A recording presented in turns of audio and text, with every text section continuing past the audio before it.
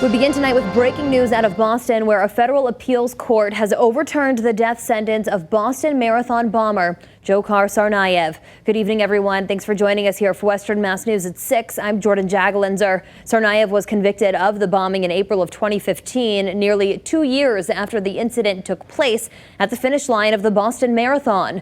Late last year, Tsarnaev's lawyers said in a brief filed in December that the judge's refusal to move the case out of Boston made it impossible for him to get a fair trial.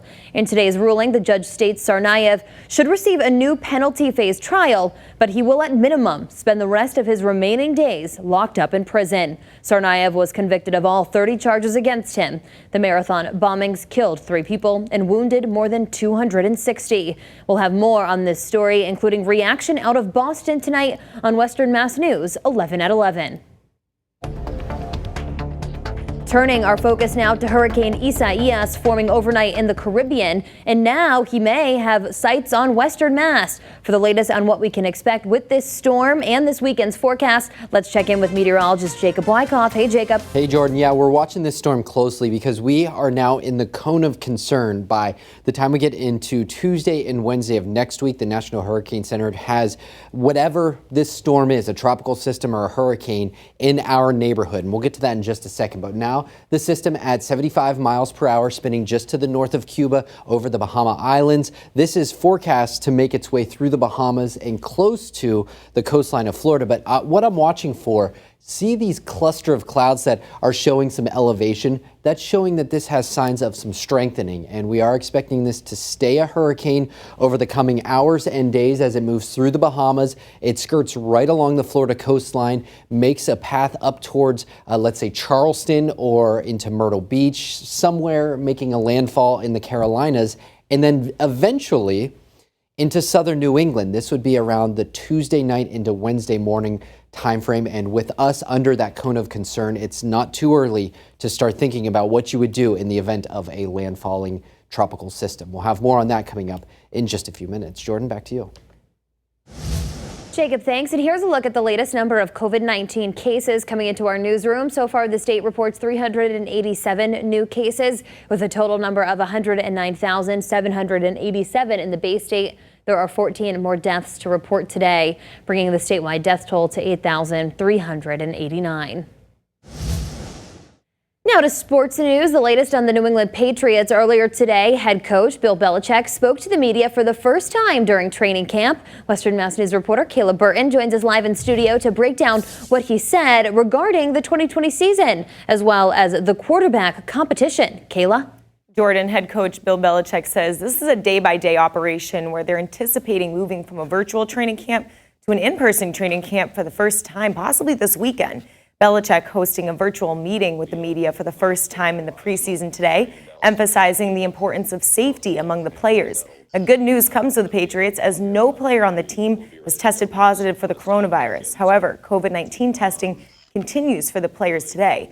With now 6 Patriots players opting out of the 2020 season, 3 of them starters, means potentially more room for others to join the team. The Patriots decided to do just that, re-signing undrafted free agent quarterback Brian Lewerke just yesterday. Now, another question, Jordyn, you mentioned that came up in the meeting was about the quarterback competition. Who is he looking towards? Will it be Cam Newton or Jarrett Stidham?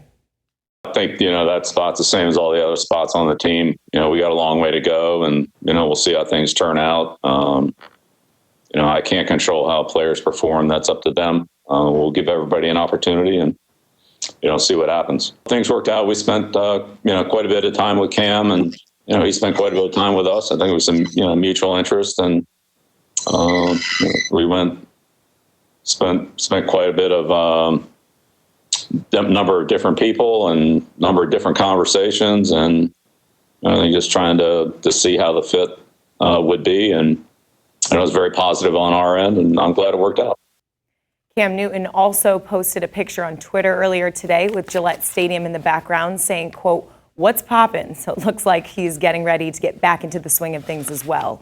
Now, during today's virtual press conference, Belichick really emphasizing the importance of safety of his players as they make their way into the team facility, possibly again this weekend. We'll keep you posted on that. Now, coming up later tonight on Western Mass News, we'll have more on what Belichick is saying, the safety guidelines in place, and how training camp could be in person starting as early as tomorrow. So stay tuned for that. For now, in studio, Kayla Burton, Western Mass News.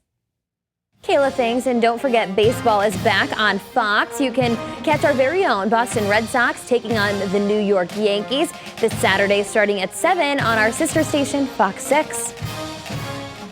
Now at 6, we're digging deeper into the new statewide travel advisory going into effect this weekend. Starting tomorrow, those traveling into Massachusetts from a majority of states across the country must quarantine or they could face significant fines. Western Mass News reporter Briseida Landaverde has more. Not just healthy, it's like also keep people living. A new statewide travel advisory will be in place starting Saturday. People who travel to Massachusetts from states considered COVID-19 hotspots, even Bay State residents, have to either quarantine for 2 weeks or provide a negative COVID-19 test that has been taken within the last 72 hours. This does not include the New England states, New York, New Jersey, and Hawaii. Western Mass News spoke to Lindsay Keefe, who is traveling from Boston to upstate New York. She doesn't fall under the order to self-quarantine after traveling, but says it's important for the Bay State to enforce this order. I think it's a good idea. There's a lot of states that have a lot more cases than we do and are seeing increasing cases, and people aren't taking precautions like wearing masks. And I think it's a good move to try to keep cases down in Massachusetts. And one New York resident traveling to the Cape says this travel advisory will help keep the northeastern states safer amidst the coronavirus pandemic. We work so hard in New York and in New England to stay safe and keep people healthy. And, you know, my place on the Cape, there's more and more people coming in this summer and they're not wearing masks, or they start out with a mask and then they have a couple drinks and then they take their mask off. So I think it's a great idea. Governor Baker says those who do not follow this order could face a $500 fine per day. Keefe says this may encourage people to strictly follow the quarantine order. Sometimes we need incentives to do good things, or we need disincentives to not do things that we're not supposed to do. And so I think there's a bit more weight behind it. State officials say this order is in place because they've seen an increase in travel in and out of the Bay State from COVID-19 hotspots. One resident traveling from New Hampshire to Illinois says instead of stopping and breaking up the 17-hour trip, he is driving straight through to ensure his safety. We did not feel comfortable to stop anywhere during our stay because we didn't feel comfortable staying at hotels or any place like that, so we drove straight through. Many people we caught up with agree this effort is a step in the right direction to keep residents safe. We want to do all we can to try to stop the spread, and I can appreciate their efforts. Travelers coming into the state must also fill out a form on mass.gov. For Western Mass News, I'm Briseida Landaverde.